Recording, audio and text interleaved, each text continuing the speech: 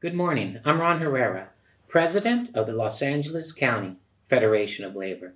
Welcome to the 5th Annual MLK Luncheon. It is a time when we recognize the sacrifice of Dr. Martin Luther King. We also recognize labor and community leaders who have gone above and beyond the call of duty in creating the beloved community that Dr. King lived for.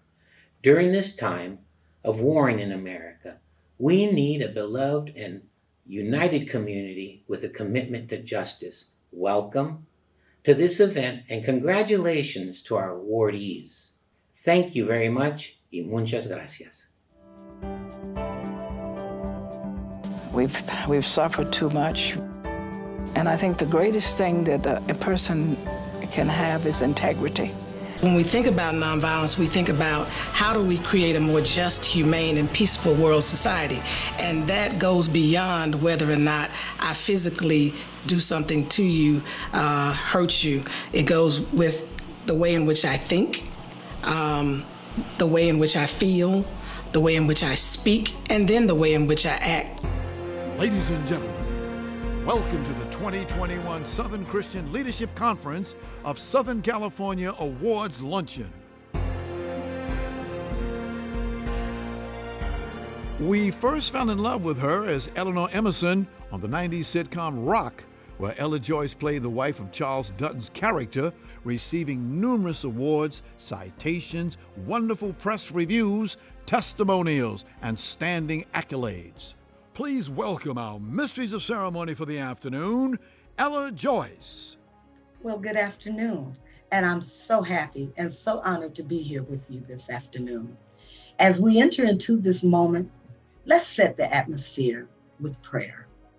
To offer our prayer on this day of sacrifice is Deacon Mike Gwynn, the president of the National Association of Black Social Workers of Los Angeles, a community activist and a member of the Social Action Committee of the Southern Christian Leadership Conference, Southern Cal. He is also a consistent mighty prayer warrior on the SCLC-SC prayer line. Good afternoon and welcome. My name is Michael A. Gwynn, the chapter president of the Association of Black Social Workers of Greater Los Angeles, and I've been charged with providing the opening prayer. Today's theme is Day of Sacrifice.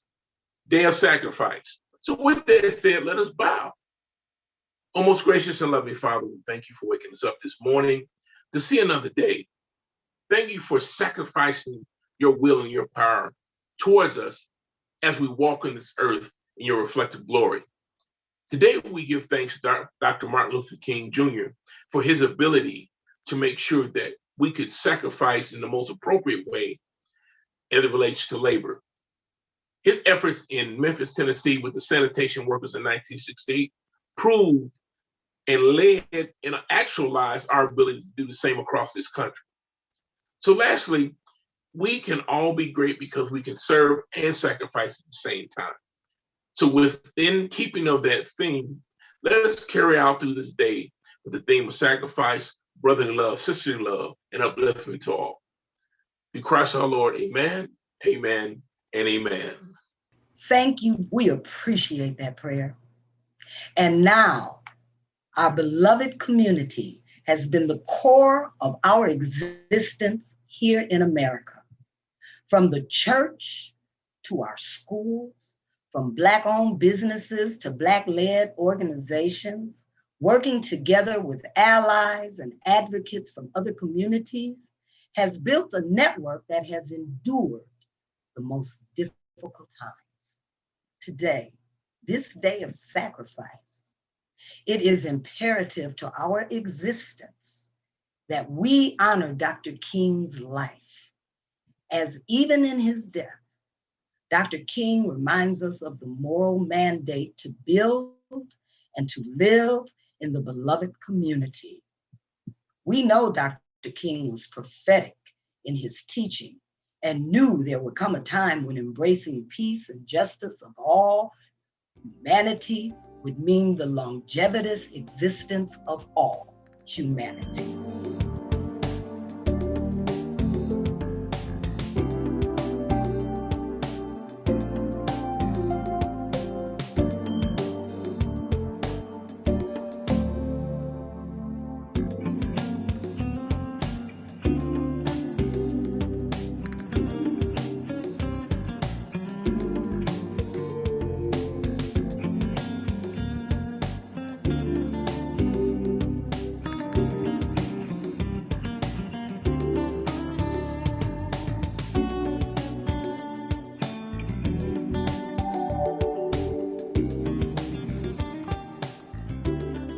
Before we go any further, we would like to stop and take pause for those who we have lost in our beloved community. Whether through COVID-19, unjust circumstances, hate crimes, illness, or natural causes, whose sacrifice has taken its toll daily on families, friends, and community. We are wounded yet again, over and over, and will continue to be wounded as long as violence is the only recourse and justice is not served. We have such a leader whose daily fight encourages all of us to live the life that Dr. King dreamed about. He has taken the mantle to build the beloved community as laid in the architectural blueprint set forth during the Civil Rights Movement. Our leader and our friend, President and CEO, Pastor William D. Smart Jr. Greetings, my sisters and brothers, and welcome to the 5th annual Martin Luther King Luncheon. We gather here this afternoon at a time when America is at a very pivotal place. We have new leadership, but we have the same old attitude permeating throughout this country. We're seeing a rise again in white supremacy. Even since we last met at our gala, white supremacy has even gotten worse, killing our Asian sisters and brothers in Atlanta. We see it in what Georgia has done as they have attempted to attenuate the voting power of black people. We see it in what they're doing at the immigration at the borders of America. This is not a good time, but you know, my brothers and sisters, it's the right time. It's the right time for us to embark upon the beloved community that Dr. Martin Luther King Jr. so vividly has talked about.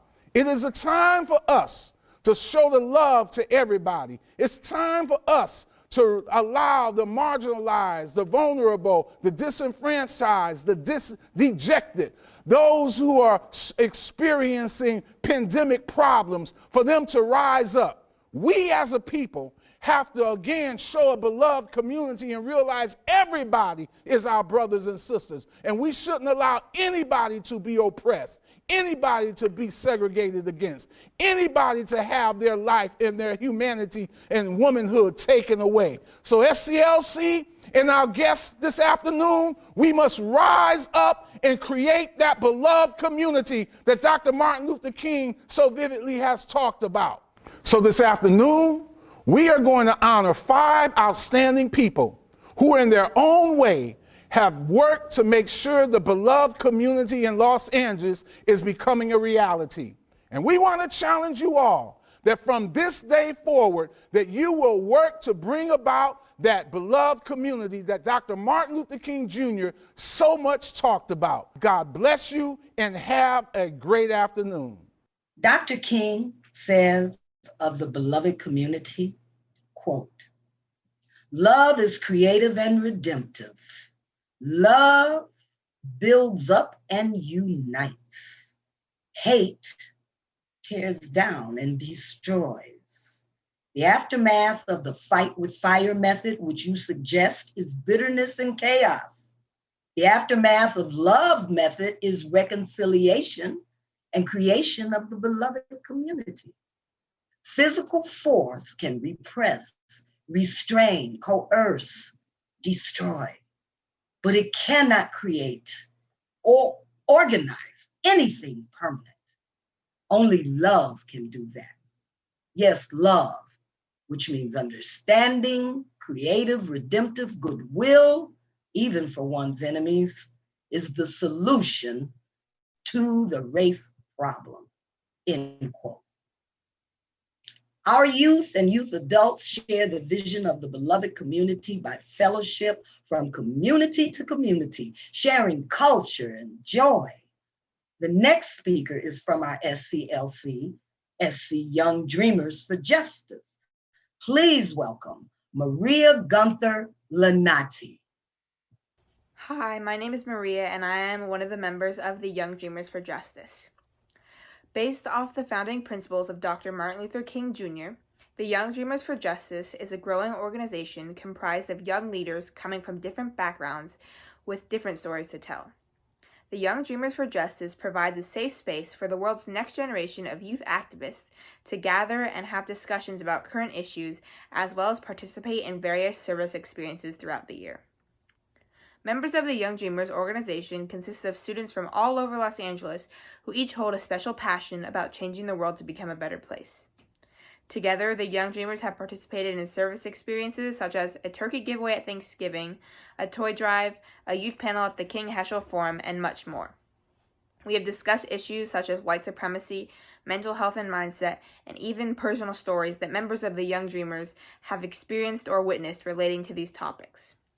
One of the main goals of the Young Dreamers for Justice organization is to bring together children who otherwise may not cross each other's paths to help create a more beloved community. The Young Dreamers for Justice hope to showcase and work towards fostering a more beloved community by enlightening others in our own communities about the teachings of Dr. Martin Luther King Jr.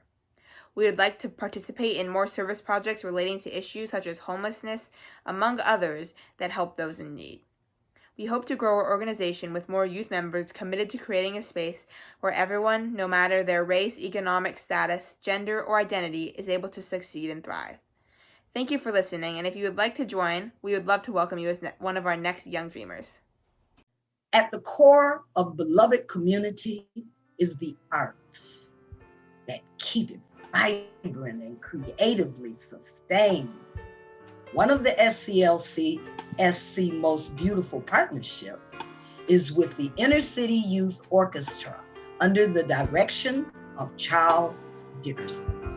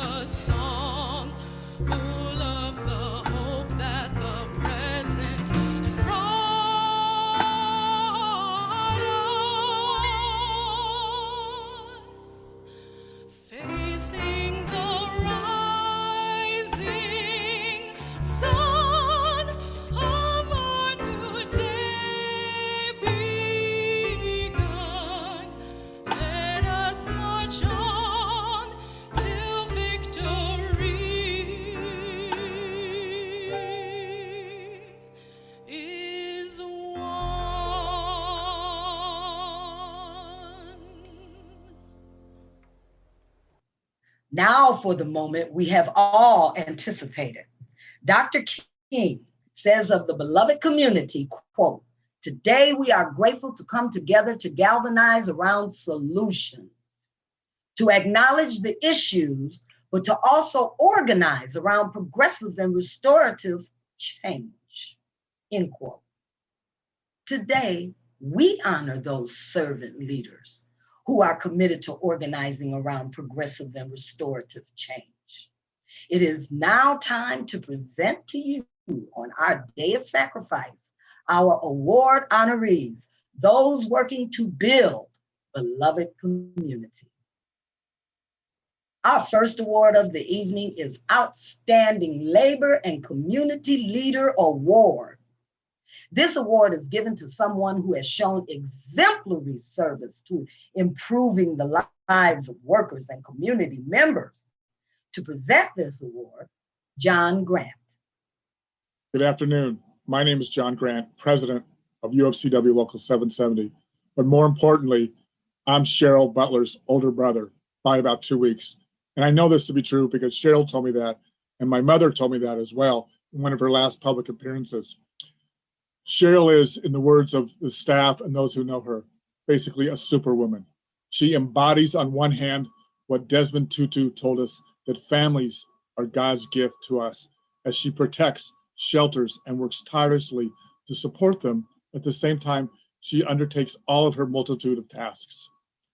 She has been, given the racism that she grew up with in Louisiana and Xavier University that tried to deny her the pharmacyship, calling out white privilege and fighting anti-Black racism wherever it exists. Yet at the same time, she opens up her heart to those who are still sleeping, and while patiently listening to their harmful and hurtful renditions of what they believe racism to be, slowly wakes them up so that they have a greater understanding of what in fact plagues this country. She is loved by her workers. She is feared by employers who she does battle with, and respected by those government officials that have appointed her over and over again to the State Board of Pharmacy because of her integrity and her dedication to defending working men and women. It is my privilege and honor today to award and present the Martin Luther King Outstanding Labor and Community Leader Award to Ms. Cheryl Butler. Congratulations, Cheryl. Lavonza Kercheryl Butler, who prefers to be called Cheryl Butler, considers it one of the greatest honors to be recognized by Southern Christian Leadership Council, SoCal. Cheryl serves as a member of the California State Bar of Pharmacy, where she was appointed by Governor Jerry Brown in 2013 and reappointed in 2017. When the union is working for its members on bargaining negotiations, better benefits, and safer work environments, Cheryl Butler has been on the front lines fighting for dignity and democracy for all its members. Thank you, my brother John Grant, president of UFCW, for your kind words and for extending me the opportunity to serve with you. I thank Kathy Finn, our secretary-treasurer, my fellow union reps and staff, and the over 31,000 members of UFCW 770. I'd like to thank Dr. William Smart and SCLC for continuing the work started by Dr. Martin Luther King over 50 years ago. My parents instilled in me the King dream and the call to service at a young age.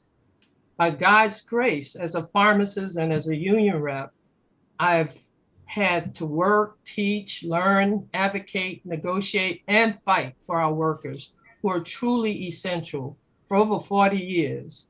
When our workers are treated with dignity, fair wages, and respect, we all win. To my family and friends, I thank you for your love and support, and may God bless you. MLK Service Award is given to someone who has worked in the community to spread and fight for the principles and the spirit of Dr. Martin Luther King Jr. To present our next award is Pastor Q. Jen Marie. Hello, everyone. This is Pastor Q from the Church Without Walls, Skid Row, also with Clergy and Laity United for Economic Justice. It is a pleasure to be with you this evening. It brings joy to my heart to present the MLK Service Award to two brothers that exemplifies service every time they are called upon to support the community, whether it be a flatbed truck or whatever it is. They've always been there. They always show up, and they show up and stay there for the duration. So without further ado, it is my pleasure to present to Felipe and Martine the MLK Service Award. That is the 2021 MLK Service Award. It couldn't happen to two better brothers. One love. Felipe Carasitas and Martin Mantesia have led SEIU Local 721 with strong and courageous leadership. Every worker deserves dignity, respect, and fair wages. We would be remiss not to mention that union members have been on the front lines of pandemic response since day one, keeping vital services running during one of the most challenging times in our history. Thank you. And on behalf of Felipe Caceres and the 95,000 members of SCU 721, we want to thank the SCLC for giving us the Martin Luther King Jr. Service Award.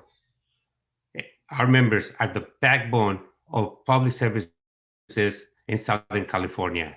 It is an honor to work together with organizations such as the SCLC. Please enjoy your luncheon and have a good day. The Marian Wright Edelman Award is given to a person who teaches and advocates for children of color, the disenfranchised and the hard to reach. This person works passionately, contributing their skills, ideas, and expertise to help shape education reform. This person also provides educator and advocate-generated solutions that positively change the trajectory of student productivity. This award is presented by Pastor Thembekile Coleman Smart. Greetings and peace and blessings. I am Pastor Thembekile Crystal Coleman Smart, and I am the Executive Director of the Women of SCLC-SC. And it is my great honor to present the Marian Wright Edelman Education and Child Advocacy Award to Kimberly Bolanile Paget. Being an educator in our beloved community is about far more than teaching a subject, grades, letters, numbers, but teaching is a true cultural art that has sustained our beloved community. Its structure goes back to the history of Timbuktu. And Miss Paget, as you are so compassionately called by your students, you indeed represent this ancient art of teaching, including Kwanzaa principles, Black history, and the laws of Maya to make sure that children know themselves along with becoming excellent scholars. You are always seeking and reaching and expanding ways to meet the need of the whole child. Today, the women of SCLC-SC, we honor you because of your clarion call for action and accountability with our youth and young adults. We thank you. And we give thanks for your future in education. I know that big things are coming. Ashe and Asante Sana. Congratulations. A native of Atlanta, Georgia, now living on the West Coast, Kimberly Bolanile Paget carries with her the rich Southern roots instilled from an early age by her parents, who cultivated a foundation of faith and the gift of music within her as a child. They presented her with a baby grand piano at the age of 9, becoming a drum major of her high school marching band at North Atlanta High School. This opened the door for a music and academic scholarship to attend the historically Black college, Clark Atlanta University. Kimberly Bolanile Paget is presently changing her narrative centered around educating African American and Latino students, bridging the intersection between arts and academics. Giving all glory to God. Thank you, Pastor Thembekile Smart. I am overjoyed and honored. To the SCLC, Pastor William D. Smart, and to all of the work that is being done, to the honorees on this day, I am so grateful to be a part of a group of illustrious leaders who are doing the work. Today, I dedicate this award to my parents, Larry and Bernice Paget, my first cheerleaders, and who assisted in my education and interest in the arts, which is what I bring to the classroom. To my grandmother, Annie Ruth Belt, who had a 3rd grade education, but traveled the world and helped to send her grandchildren to college. This is the legacy that our people come from, and I am so glad to be a part. There is much work to be done in closing the achievement gap for Black and Brown children, and daily I dedicate myself to this work. Thank you for this honor. We want to thank our friends, advocates, and allies in the work of the SCLC-SC. Hi, my name is Donna Parker, and I'm one of the chairs for the membership drive and membership development. I wanted to ask you a quick question. If you had the opportunity to be a part of something wonderful in our community, would you do it? I believe the answer is yes. Pastor Smart, Pastor Tamla, thank you so much for allowing me this wonderful opportunity to share in community and community growth and development. I really believe in the work that you're doing, and I believe that you guys are amazing. You are truly setting this town on fire, and thank you for allowing me to serve with you.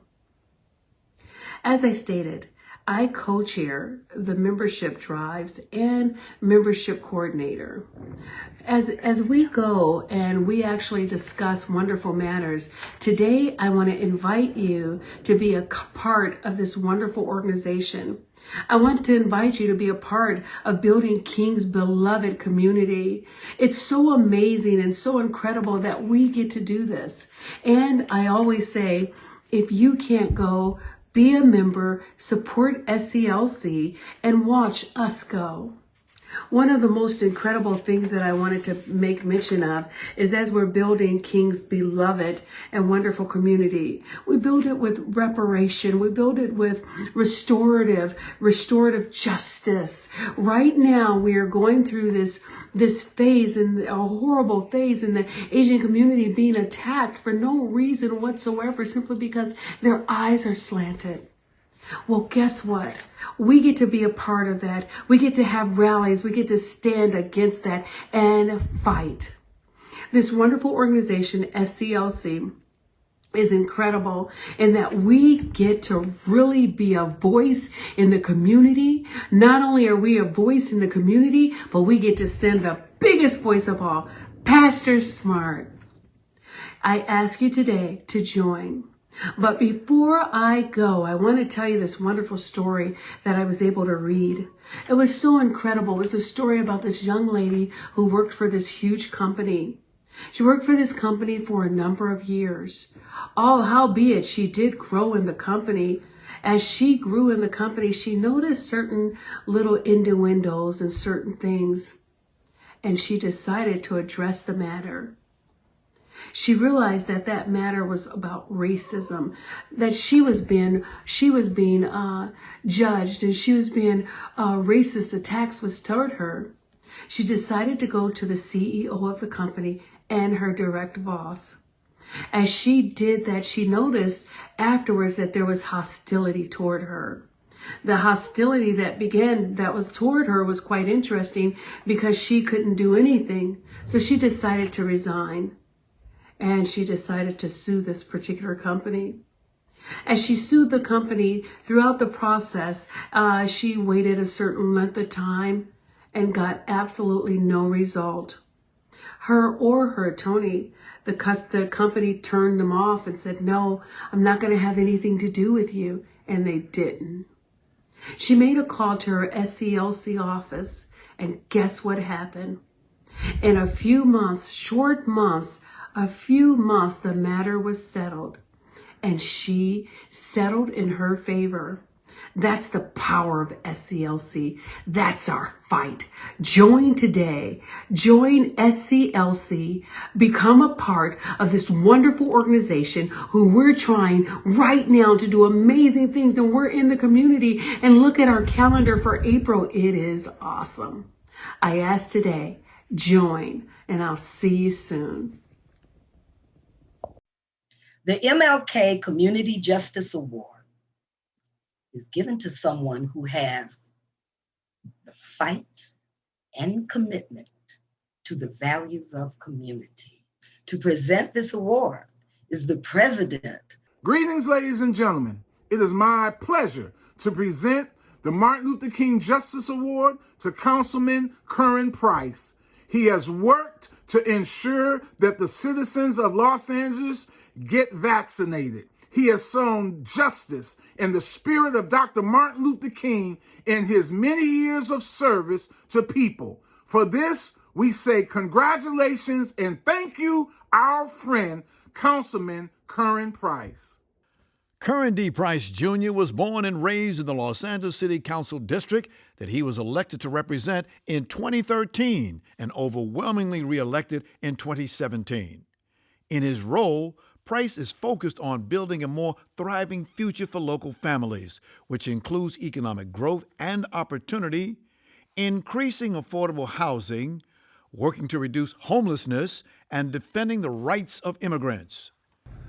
Good afternoon, and I am privileged to be the recipient of this year's MLK Community Justice Award. I humbly accept. You know, on the City Council, our focus has always been to support those who are most vulnerable. During this pandemic, for example, Team Price has had boots on the ground. We have provided millions of masks, hand sanitizers. We supported drive-through food giveaways. We provided food to our seniors. And we are working hard to make sure that vaccination and testing is available at our local parks and easily accessible. We've also created policies and programs to support working class families and frontline workers who have put their lives on the line to serve us in our city. One example is the hazard pay emergency ordinance that I supported.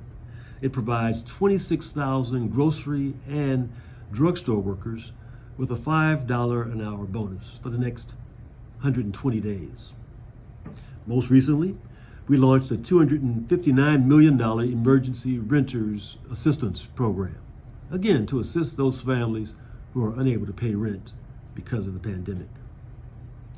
But now I'm leading the charge to develop our $6 million guaranteed income pilot program. And we are very excited about this because we will be able to provide 500 single parents in CD9 with $1,000 a month for 1 year. As I said, this is a $6 million program, the largest in our country, and we think it will go a long way to showing what's possible when resources are available.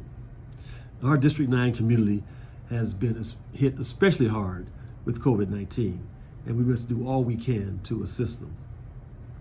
I remain committed to these causes as well as other pressing issues like homelessness, like reimagining public safety, like making sure that we're addressing the social inequities and the equity problems that impact our community. In the words of Dr. King, and his words ring just as true today as they did during the 60s, if we're serious about making a real change within the social and economic justice, in his words, we must learn to live together as brothers, or we're going to perish together as fools. So again, thank you again for this recognition. Now let's get busy. The President's Award is given at the discretion of the President. It is awarded to someone who has made tremendous contributions to the work on civil rights. Our presenter for this award is our very own President and CEO, Pastor William D. Smart Jr. It is my pleasure to present this afternoon the President's Award to Dr. Norman Copeland, someone who has worked in the field of civil rights, human rights, social rights, immigration rights for such a long time, someone that I love, someone that has always embraced and lifted me up and made sure I was getting it right. It is my honor now to present someone important in all of our lives, Dr. Norman Copeland, with the President's Award. Congratulations and thank you for your leadership for all of these years. Reverend Norman Copeland has pastored and presided across the 5th Episcopal District in the African Methodist Episcopal Church. He's been God's architect in building, refurbishing, and renovating numerous churches. As his ministry has evolved, Reverend Copeland has distinguished himself as a minister with a pastor's heart. Reverend Norman Copeland has ministered to the spiritual, intellectual, physical, emotional, and environmental needs of all people. I am honored to receive this President's Award from SCLC, a fighter for justice and equality. I am just blown back that they gave it to me, and that it represents the constant fight that we've been in for a number of years in terms of having the equal justice for the community. Under the leadership of Dr. William Smart, he has given and shown that we must always stand for equality in our community. We live in a time where hate, fights, anger, it just overcomes our community. But we believe in family. We believe in equality. We believe in justice. And as long as SCLC has been working on the behalf of all minorities, it gives me quite joy to receive this honor from this organization. I thank Dr. William Smart for allowing me to be a part of this outstanding period in time to say a word for our community. Thank you, and I appreciate all that you're doing. I look forward to seeing you make transformations in our community and equality in our community. Walk by faith and not by sight. We will win the battle. Thank you to all our presenters and illustrious honorees. We are excited now to have a keynote speaker who is a symbol of justice. Judge Greg Mathis is the youngest person ever elected to be a judge in the state of Michigan, where he sat as a 36th District Court judge. His syndicated TV reality courtroom show, Judge Mathis, has been on the air for 22 years, and he is the longest television arbiter, second only to Judge Judy. Mathis has been the recipient of many awards and honors, a chairman of Rainbow Push Excel Board, a lifetime member of the NAACP, and a member of the Southern Christian Leadership Conference Board. Mathis and his wife and college sweetheart Linda have 4 children.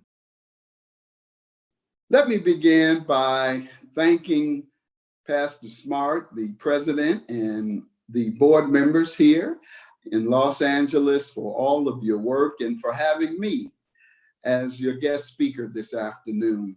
Let me also thank our mistress of ceremony, Sister Ella Joyce, someone who, unbeknownst to her perhaps, was closely associated with a gentleman from Detroit who helped to publicize my story by way of a book and a stage production, and that being Ron Milner, who was a protege of Langston Hughes. And so I thank you, Sister Joyce, for all your work and all your activism with the Black Action movement of the 60s and 70s, well, 70s and 80s, how about that, to create art that uplifts our people.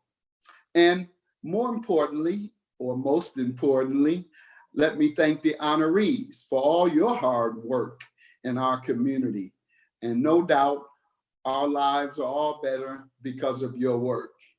Finally, to the members of the SCLC, both locally and those who are here across the country or who are watching from across the country, I want to thank you for your continued fight of over 60 years of social justice and economic justice.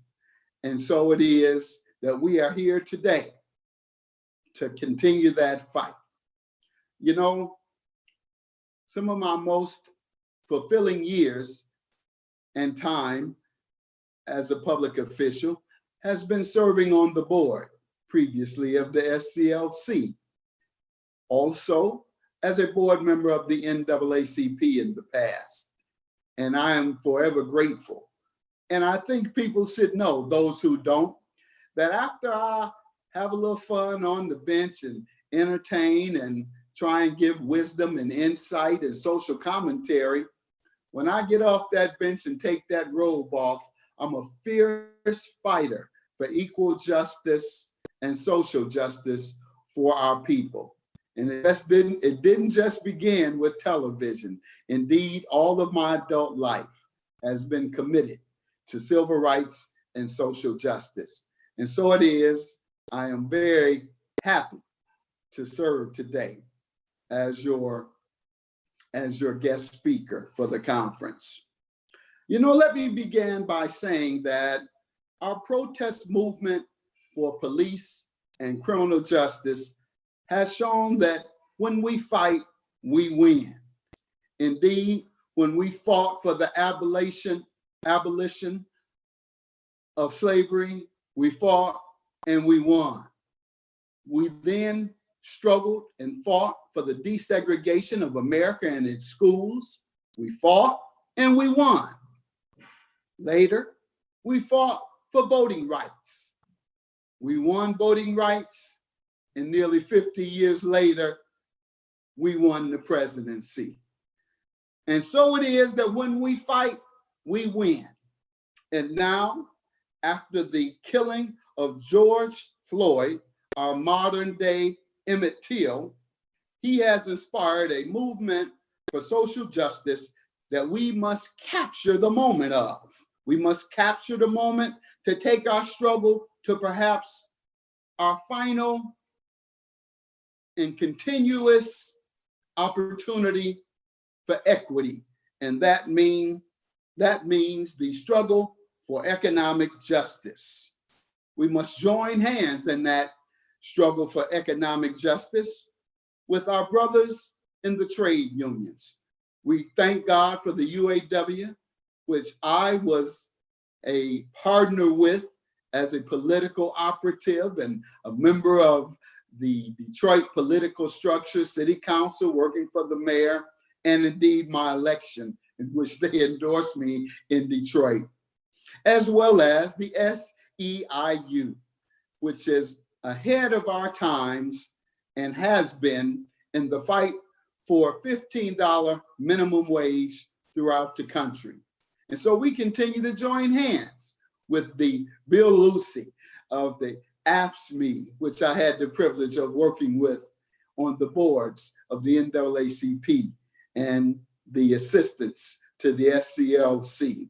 I think he's retired now, but it's the labor unions, which has been our partners. And we thank them for continuing to be a partner in the fight to reduce poverty in our community, perhaps the most lasting effect of the economic deprivation, and indeed the effect of what amounts to the biggest transfer of wealth in the history of mankind. That transfer of wealth, of course, is the slave labor that indeed built the most prosperous economy in the history on the backs of our ancestors. So the economic deprivation and the slave labor has left nearly a quarter of our people still locked in poverty. And it is my belief that the dual passage of a $15 national minimum wage and of the legislation, House HR 40, the legislation for the study of reparation and the resulting payment for the multi-generation benefit of slave labor. So I want to thank everyone for your continued fight.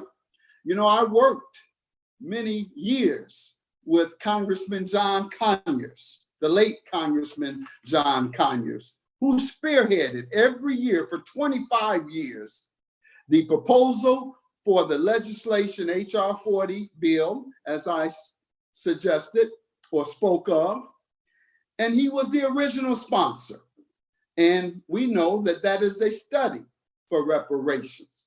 And the good news is we now have over 200 congresspersons who have supported HR 40 to be heard and establish a committee in Congress. And also now we have nearly half of our United States senators who are in support of the passage of HR 40. And of course, he pledged and he has now spoken after the election to support HR 40 when it arrives on his desk. And that would be the desk in the West Wing of the White House and the signature of our newly elected president, whom we played such a significant role in the election of. And so we think that we're getting close to both establishing the commission and the $15 minimum wage. You know, the legacy of slavery has continued to leave a racial wealth gap that is plaguing the United States and all of the communities of color within this country. And the need for some measures to address the Black-white gap is clear. Past research on the topic indicates that the current state of economic inequality across racial lines is indeed shocking. The Federal Reserve found that median Black household has 10 times less wealth than the median white household. Currently, Black Americans hold, African Americans hold less than 2% of the nation's wealth, despite being 13% of the US population. And several factors have contributed and continue to contribute even beyond the transatlantic slave trade, the biggest transfer of wealth. The disparities, most of all, are traced back, as we know, to that transatlantic devastating oppression that built this country.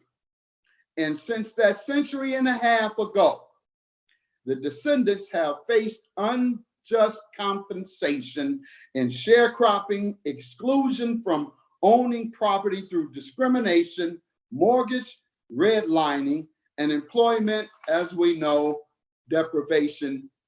And we must continue that fight. And so the fight for reparations and the cost and gains of reparations mean that everyone in the United States is a stakeholder.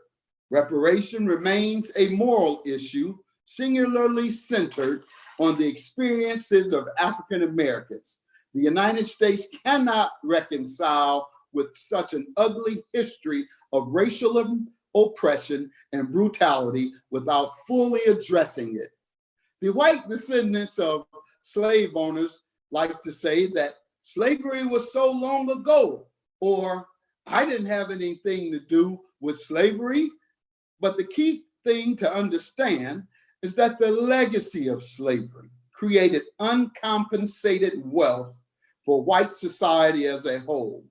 Immigrants with European heritage directly and indirectly benefited from this system of white supremacy. I'll say again, immigrants of European heritage came to the country with opportunity, and that opportunity was built on the backs of the slaves who built this country and were brought here not as immigrants, but by the force, by brute force of the killing and the ravaging of our African brothers. I'll say it again, immigrants with European heritage came to America. Unlike our descendants of Black slavery, where we were ravaged, our communities, attacked, and forced to come to America and endure slave labor, they're able historically to come for opportunity and benefit from our slave labor. And so the past is very much in the present. With the attention on reparations increasing in both the public and the political sphere, the question of compensation for slavery, and more broadly, racial justice as a whole, is here to stay until an answer is found. And so I say we must continue to fight, because when we fight, we win. Roll up your sleeves, fight and protest against police brutality. Roll up your sleeves, continue to fight against voter suppression that we're seeing is so prevalent. Roll up your sleeves and take our struggle to the next level. for economic justice, because indeed it is poverty that keeps our people subjugated in communities that are deprived of economic opportunity and equal wages, $15, a livable wage. And we know that a livable wage will uplift a community and will uplift an education system, which is in many instances based on the property taxes being paid in that community. We know that it will bring peace to many of our neighborhoods that are plagued with crime, because indeed, crime is the protest of those who are oppressed. Remove the oppression, and we remove the crime in our neighborhoods. So let us continue and to pray as we have, because it is prayer and struggle that has led us to the victories we've won. Thank you for having me, and may God continue to bless SCLC and all of our civil rights organizations that has brought us to where we are and has given opportunity to a young man such as myself who rose from the streets of Detroit, becoming the youngest judge. I am not confused. I know it is your hard work that has created that opportunity for me, and I will forever continue to repay and to let these other brothers and sisters that think they did it on their own, that think it was their suit, that think it's because they're cute, that it was because you all have fought and continue to fight for our equality and our upliftment. Thank you once again. May God bless you. Dr. King shares, quote, "The aftermath of nonviolence is the creation of the beloved community, so that when the battle is over, a new relationship comes into being between the oppressed and the oppressor," end quote. Today, we witness our honorees whose work fosters new relationships and creates new opportunities for the oppressed to reimagine a beloved community where the dream of Dr. King becomes a manifest reality. Thank you for joining us on this day of sacrifice, and let us all do our part to build the beloved community. The Southern California Leadership Conference, SC, would like to thank our Mistress of Ceremony, Ella Joyce, for leading us in this afternoon of coalescing and building our beloved community. Well, you have seen such a wonderful program today. We want to thank our MC, Miss Ella Joyce, for such a wonderful job.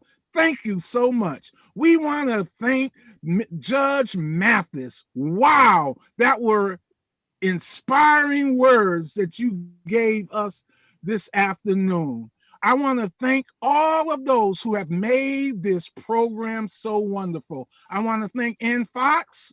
I want to thank Ross Jordan, and I want to thank Tina Stevens for doing such a beautiful job with the production. I want to thank Pastor Tambakile Smart and Kimberly Paget for doing such a beautiful job with the program. Everybody else, I want to thank our wonderful chief top sponsors, 721 SCIU and UFCW 770. Wow, this was tremendous. Now, the work begins. Remember, we are the beloved community. We must go forth now transforming the world. We must go forth making sure that this country becomes what Dr. King wanted it to be, a place where love will always persist over evil. So my sisters, my brothers, go with that greater readiness. Go with power. Go with love in your heart. Let us transform America. God bless you. Smile, though your heart is aching. Smile, even though it's breaking. When there are clouds in the sky.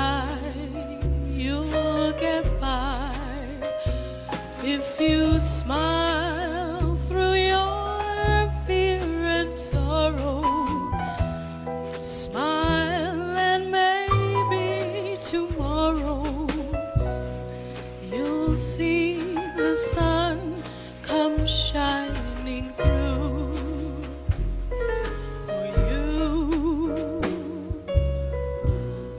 Light up your face with gladness, hide every trace of sadness. Although a tear may be ever so near, that's the time you must keep on trying. Smile, what's the use of crying? You'll see that life is still worthwhile if you just smile.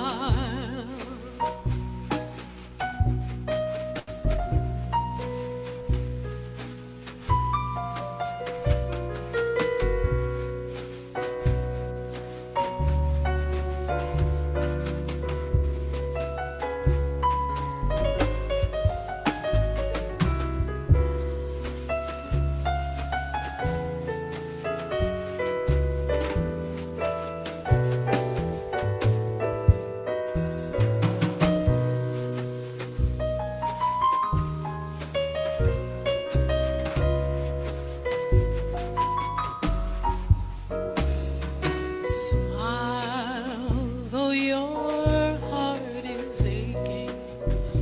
Smile, even though it's breaking.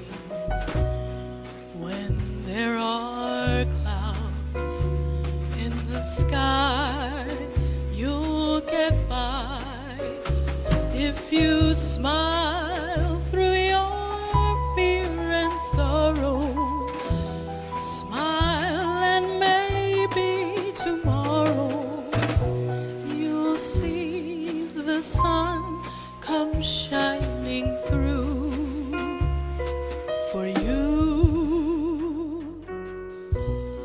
Light up your face with gladness, hide every trace of sadness. Although a tear may be